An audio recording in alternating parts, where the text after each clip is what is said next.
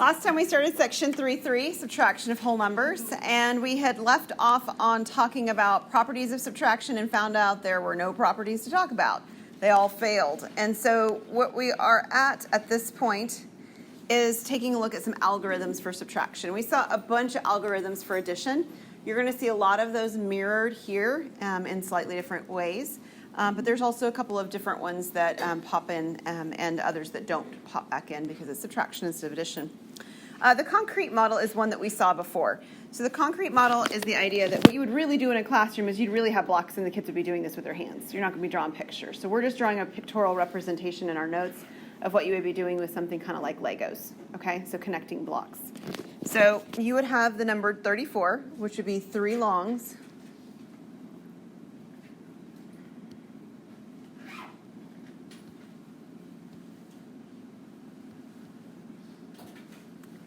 And I have another long over here for a minute. Actually, no, I don't want to do that. Let me stop at that. That was weird. Okay. 3 longs, and then I have 4 units. So here's 1, 2, 3, and 4. Okay, so I start with 34 blocks, really, but 10 of them in each are connected in these long pieces. And I want to take away 18. Well, to take away 18 means to take away 1 long. That's no problem. I've got a long I can take away. But I need to take away 8 units, and I don't have 8 units individually pieced out. I only have 4, right? So I have to do some regrouping. So what I physically do is I take one of my longs and I break it apart. You can imagine doing this with Legos, right? You're actually breaking them into their individual Lego components. And so you end up removing one of these, and you replace it with 10 of these. So there's 4, 8,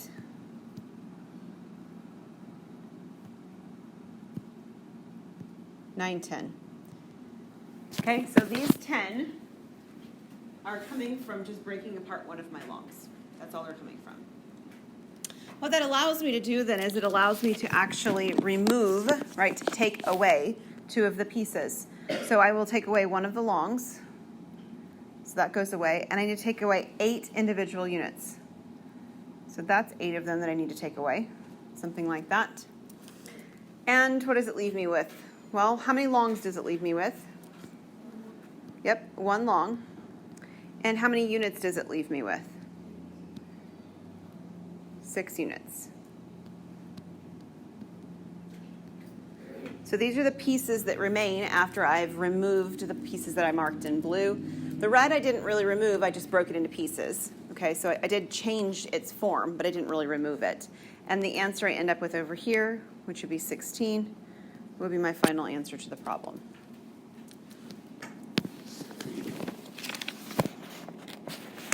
Okay, so that's the concrete model. Very good for young children who are still understanding what subtraction does. You've, of course, worked many a moon with the standard algorithm. 34 minus 18, so 34 minus 18. And with the standard algorithm, we're doing regrouping as well, but we're regrouping it with numbers instead of with symbols. So I would want to do, I'd start on the far right, and I'd want to do 4 minus 8, but I can't take away 8 from 4, and so I need something bigger. So I regroup, and I take one of my 10s, right, and I, like one of my longs, like I did in the last one, and I exchange it. I exchange it so that I have 10 plus my original 4 of my units. So now I have 14 little units, right? Just like the 14 little blocks we just saw a moment ago. And there's not a 4 here anymore. There's a 14. Sometimes you'll see people do it like this. They'll just write the number 1 here. Have y'all seen that before? Maybe you've used that before. You can do it that way. That's fine. Either way, you have 14 minus the 8 now, and 14 minus 8 is 6, and then 2 minus 1 is 1, and of course we get 16 just like we did before. I buffered that with a lot of language about what we were really doing as we regrouped. But that can actually be really confusing. How did I just change the 3 to a 2, and why did the 4 become this extra little 1, and what does that extra little 1 mean? Do I add the 1 and the 4 together? How do they attach to one another? There can be a lot of confusion with those pieces if there's not sort of a concrete model background or a lot of language surrounding what's happening. But that would be our standard algorithm. We saw expanded algorithm in addition, and we're going to see it again here with subtraction. The standard algorithm is a nice blend of, the expanded algorithm is a nice blend of the standard algorithm and the concrete model. So instead of writing 34 as 3, 4, we're going to write it as 30 plus 4. And we're subtracting off 18, so we're subtracting off a 10 and an 8. So you have to write the subtraction in there both places because we are subtracting both pieces. So again, you run into the problem where I can't take 8 away from 4. So I need to take this 30 and I need to have some of them shift over here, right? So what I do is I break my 30 apart, and I break it apart into a, let me use red, 20 here, and I now have 14 over here. So in this algorithm, we definitely see us writing out the 14. And you can see the shift, right? Before the 3 became a 2, but you really see the 30 become a 20 here. So the 10s just changed places where they were located, and now I can do my subtraction. Not only can I do the subtraction, I could actually move from left to right if I wanted to. I'll still move from right to left on this one. So 14 minus 8 would be the 6, and then 20 minus 10 would be the 10. So this is 10 plus 6, or 16 at this point. So that's the expanded algorithm. The last algorithm did not have an exact match inside of addition, but it had a close match to it. We had a match, or had something in addition. I think we called it equal sums or something like that. There was 2 names for it, one in the mental math section and one in the regular section. Here it's called trading off, and you'll see why as we work through it. So again, I'm going to write it vertically. I've at 834 minus 158. So when we did this, we called it equal additions. That's what we called it in the other one.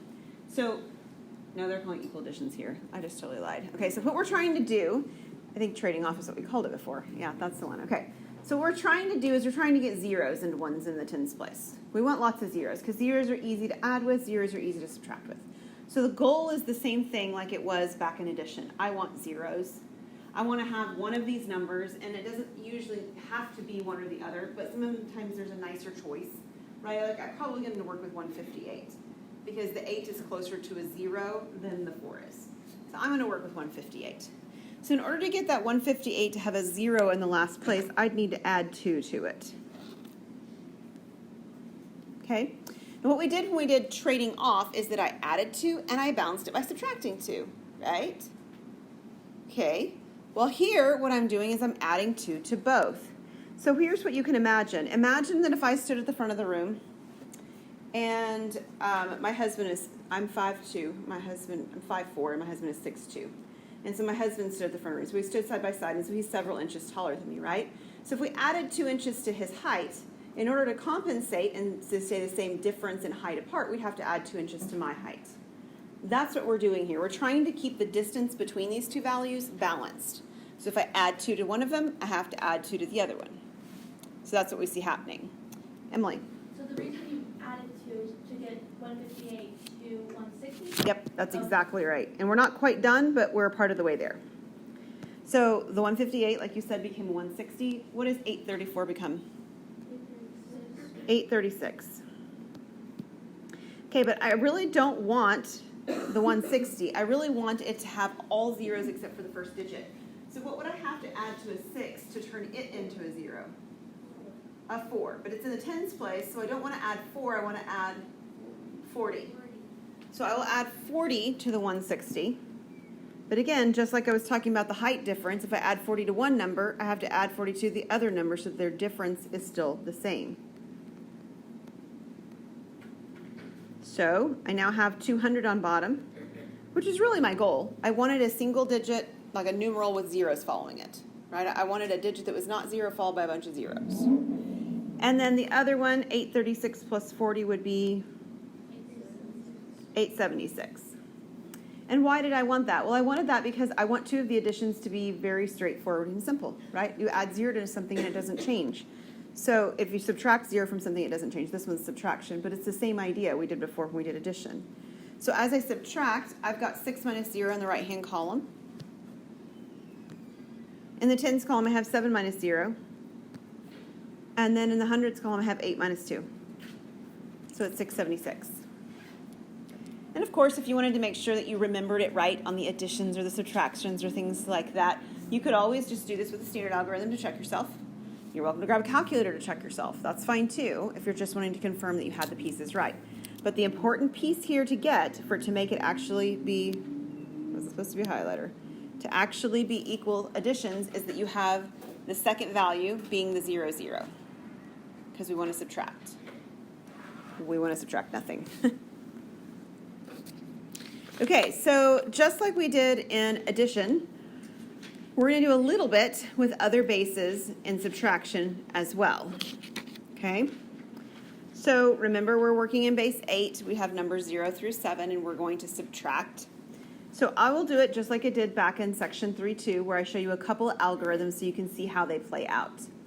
I actually think equal additions plays out here really, really nice in ways that you might not have expected. You might have looked at this and thought, seemed like a lot of work to do to get to my answer. I had to do quite a few steps, and you do. But it actually works really nicely if you're thinking about it with the other bases. That is to say, if your kids were thinking about it with bases that they're not familiar with, which is our base.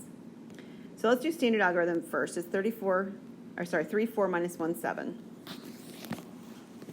Okay, so when we regroup with the standard algorithm in base 10, we borrow 10 from the other column, right? Because it's the tens column. Yeah, we have the ones column, we have the tens column, we have the hundreds column. So we're always borrowing inside of base 10.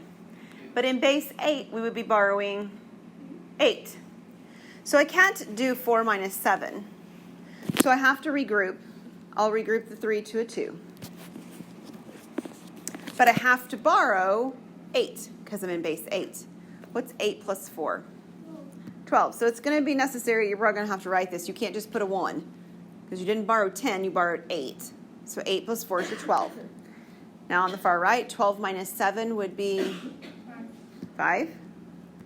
And 2 minus 1 would be 1. And this is in base 8. Yeah, let me show you equal additions with this one. I thought I had equal additions next. So you have 3, 4 minus 1, 7. Okay, so if you were wanting to do equal additions, we want to get the second number down here to be a 0, so subtracting a 0 is easy. How far away is this 7 from running out of space in its place value system? It's just 1 away, right? Just 1 away.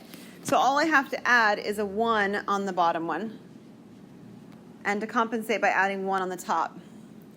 Now 3, 4 plus 1 is 3, 5, so that's simple enough.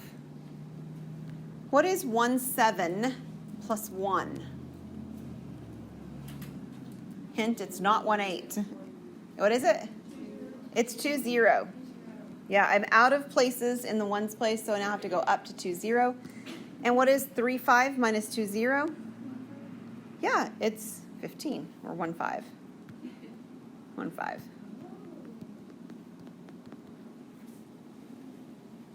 I actually think equal additions is easier on this problem than the standard algorithm. Hallie? So for the standard, the one on the very left, you're not doing like the 12 minus 7, how many 8 can go into that? You're not doing that? No, and if you think about it, we actually do this with our numbers. You just don't recognize it when we're doing it. Because over here, when we did, it was this one right here, and we put the 1, 4. 14 is a number that's not in our base system either, right? It's too big. But we know it's the number 14, and so we do 14 minus 8. 12 is working in very much the same way. It's not grouped into its tens digits and its one digits here anymore. It's not grouped into its eights and its ones digits anymore. We're just recognizing how many individual pieces we have. It's like taking over here, if you were doing this one, it's like taking 3 longs, which each have 8 in them, and then taking one of those and breaking them up into the 8 individual units. So now I would have 12 individual units that I would be removing from. So you only use the 8 when you're taking, or when you're regrouping? Yes. Okay. Yes. When you're borrowing on the regrouping. Let's try another one. This one's base 3. So remember digits 0, 1, and 2. So we'll do standard first. 1, 0, 0, 2 minus 1, 1, 0.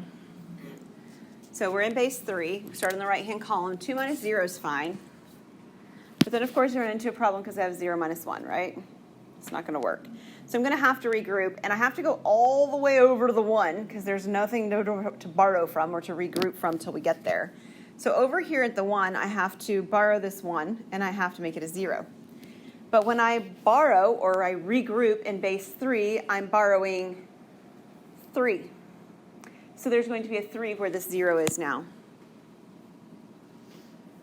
But I got to get all the way back to the 3's column, right? The second column over here. So I have to borrow or regroup from that 3 again. I'll change colors just to remind you that's what I'm doing it again. And I'm regrouping a 3 here. So now I have 3 minus 1 is 2.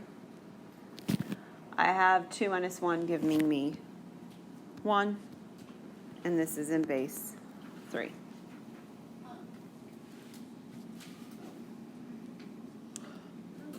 Let me look at the equal additions with you on this one again. It's a little less friendly than the last one.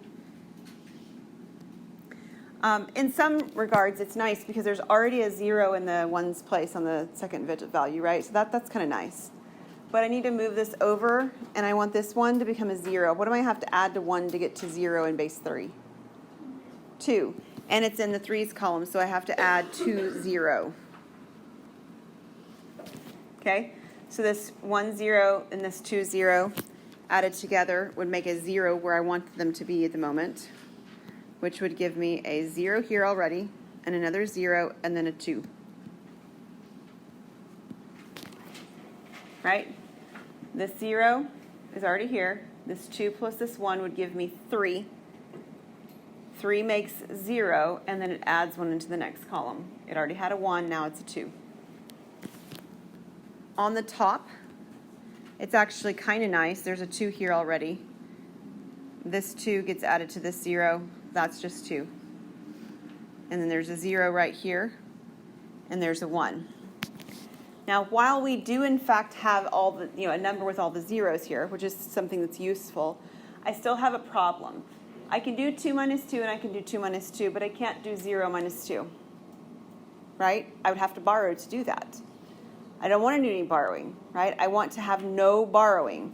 So write yourself a big old note inside of this equal additions over here. I should have had you write it before. That the point of this is that there's no regrouping or no borrowing. You can use whatever language you would like. We want no regrouping or no borrowing to happen when we use equal additions. So over here, when I do this, I still need to get this 2 to become a 0 because that's the only thing that I could actually have here to be in such a place where I don't have to borrow. So I need to add 1, 0, 0 to the top and bottom. So I already have the zeros here, and those added to the zeros give me 2 more zeros, so that's fine. But then when I add the 1 and the 2, I get 3. 3 bumps into the next place value over with a 1. And it makes a 0 in that third place value. On the top, I had a 2 and a 2, and now I've added a 1 to the 0, so that's a 1, and I have a 1 at the beginning. Whoops, right there, and I can subtract. 2 minus 0 is 2, 2 minus 0 is 2, 1 minus 0 is 1, and the 1 minus 1 at the beginning is 0, so this is 1, 2, 2, base 3, which is the same thing we got with the standard algorithm. All right, the last thing in this section is mental math. So we've seen most of these before. Breaking up and bridging. So breaking up and bridging is the idea of taking the second value and breaking it apart into 2 pieces, namely 30 and 8. So we take 46 and we subtract the 30. That gives me 16. And then I subtract the 8. 16 minus 8 gives me 8. So you're just subtracting the tens digit and then you're subtracting the ones digit. If you did it with hundreds, you subtract the hundreds digit, then the tens digit, then the ones digit. You're breaking it into pieces.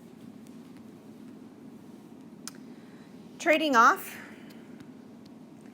This is really just equal additions.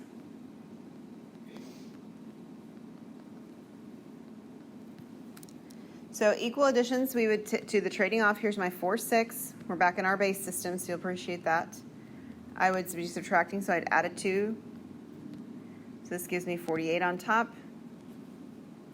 It gives me 40 on bottom, and 48 minus 40 is 8. So again, your goal is no borrowing. And the last one, drop the zeros, is actually really friendly. It says simply that if there's zeros at the end, they don't really contribute much. All that really matters is that you're subtracting the 46 and the 34. So just subtract 46 and 44, or sorry, 46 and 34. This is 2, this is 1. So this is a 12 followed by 2 zeros.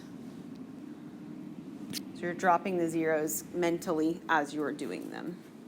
Notice this isn't estimation. None of those were. They're mental math.